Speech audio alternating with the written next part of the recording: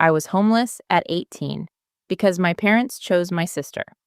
Now they want my house, and I exposed everything my mother called me for the first time in 4 years last month. Not to say sorry, not to ask how I survived after they threw me out at 18 with a garbage bag of clothes and $43. She called to ask if she and my dad could come see the house, my house, the one I bought with my own name on the deed, after 10 years of sleeping in a car, a shelter, and eventually a studio apartment I furnished from curb fines. I should have hung up right there, but some stupid part of me still wanted to believe people can change. So I said yes. That decision is the reason I'm typing this out at 2 a.m. with my hands still shaking, and the reason 400 people in my family's small town have now seen a video that was never supposed to leave my phone. I need to get this off my chest, so bear with me. This is long, but I promise it's worth it. My name doesn't matter. Call me the younger one, because that's all I ever was in that house. My sister Vanessa is 3 years older than me, and from the day I can remember anything, she was gold and I was furniture. Straight A's got her a car at 16. My straight A's got a good job and nothing else. She got dance lessons, braces, a quinceañera that cost more than my entire childhood wardrobe combined. I got hand-me-downs and a bunk bed I never got to pick. I used to think it was normal. Every family has a favorite, right? I told myself that for years. I didn't understand how deep it went until the week I turned 18. Let me back up and give you the texture of it, because the ending doesn't land unless you feel how long this rot had been growing. My parents, Diane and Robert, ran a small hardware store in our town. Not rich, but comfortable. Vanessa was groomed from birth to be the successful one, the one who'd make the family proud, marry well, carry the name forward. I was groomed to be her assistant, literally. At 12 years old, I was doing her homework so she could go to cheer practice.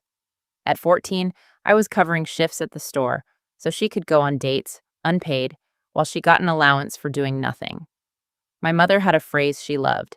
Vanessa shines, so let her shine. You're the steady one. I used to think that was a compliment. It took me years of therapy to understand it was a life sentence. Steady meant invisible. Steady meant expendable.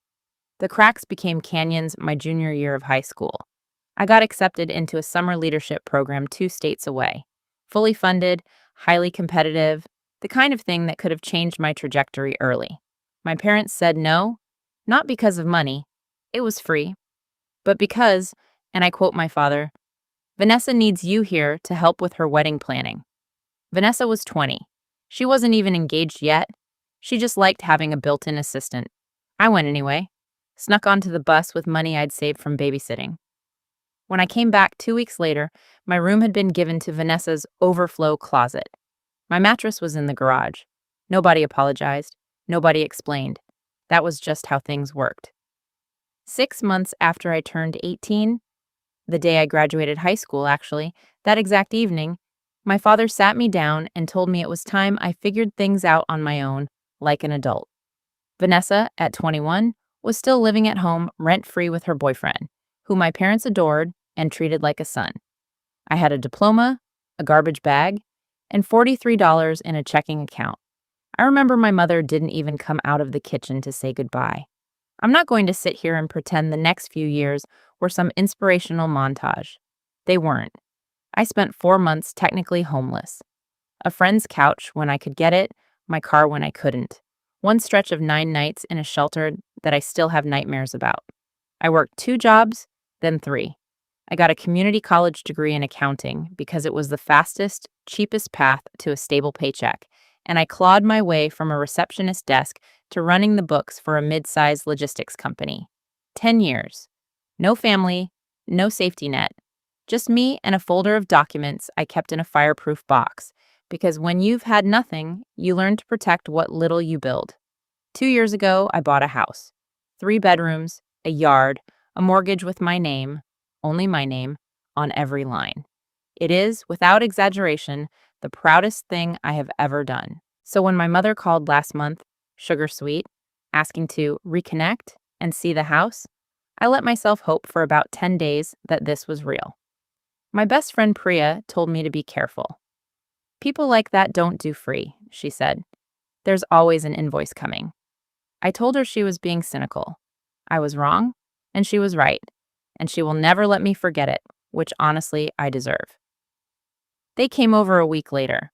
Hugs that felt like cardboard, my mother touring my kitchen like she was appraising it, my father asking, weirdly specifically, about my mortgage balance and my equity. I brushed it off as nosiness.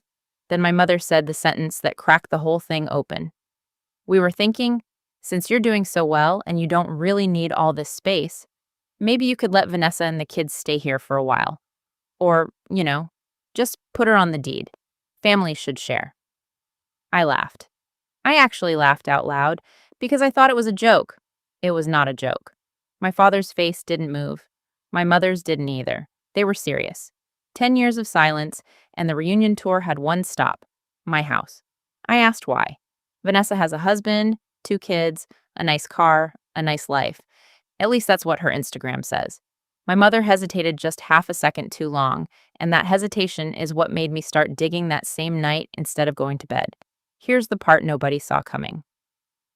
I have a cousin, Marisol, who works at the county courthouse doing records processing.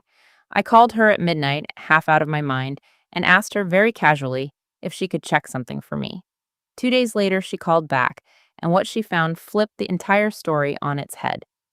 Vanessa and her husband filed for Chapter 7 bankruptcy protection 8 months ago. Their nice house was already in foreclosure proceedings.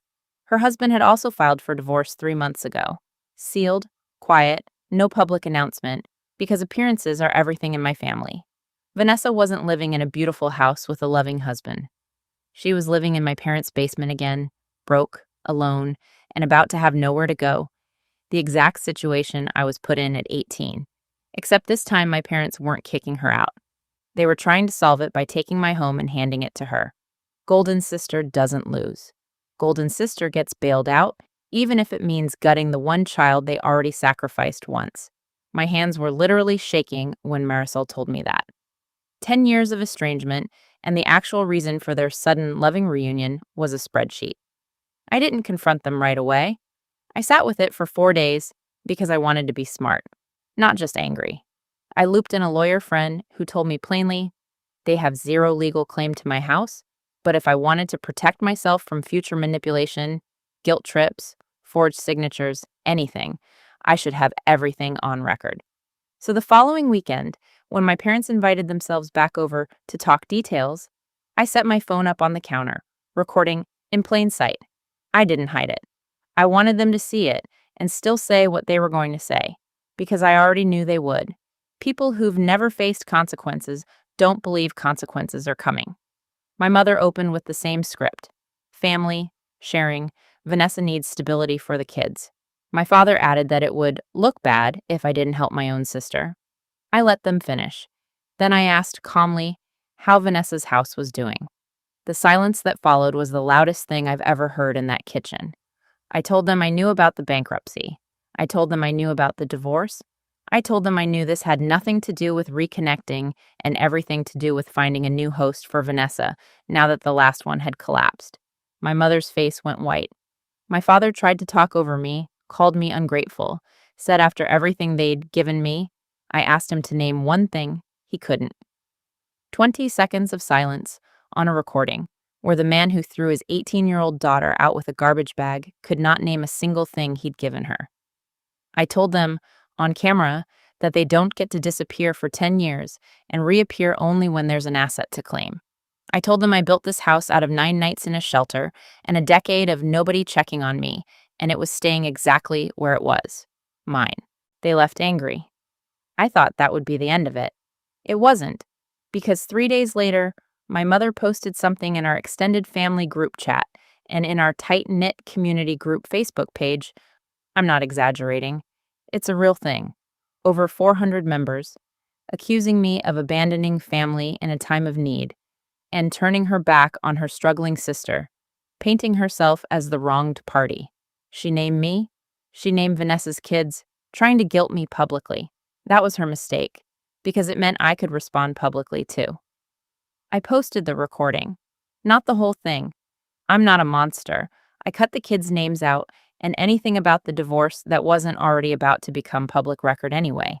But I posted the part where my father couldn't name one thing they'd given me, and the part where my mother asked me to just put her on the deed, along with a timeline: 18, garbage bag, $43, 9 nights in a shelter, 10 years no contact, one phone call, one visit, one ask, my house. It didn't go viral. This isn't a movie. But in that town, in that community group, with those 400 people who've known my parents for 30 years, it spread like wildfire. People who used to compliment my mother's perfect family started asking questions in the comments. Someone who worked with my father at the store years ago commented that they always thought something was off about how differently the two of us were treated. Vanessa's mother-in-law, of all people, apparently saw it and had a few things to say too, since it turns out she wasn't thrilled about the sealed divorce filing being public knowledge in her circle either. My mother called me 11 times in 2 days after that post, voicemails ranging from furious to sobbing. "You've ruined us. How could you do this to your own family? Take it down. People are talking." I didn't take it down. I want to be honest with you all. A small, ugly part of me enjoyed that voicemail. 10 years of silence taught me that guilt only runs one direction in that house, and for once it wasn't pointed at me. My father sent one text, 4 words: "This isn't over yet." My lawyer friend just laughed when I showed her and said, "It absolutely is, and he knows it, because there's nothing left for them to threaten me with. I have documentation of everything. I have the house legally and solely in my name. I have a recording. I have receipts, literally, going back a decade, because when you've been discarded once, you learn to keep proof of everything." Update. 3 weeks later. Vanessa reached out to me directly for the first time in this whole saga. Not to apologize, to ask if I could at least talk to Mom. This is destroying her.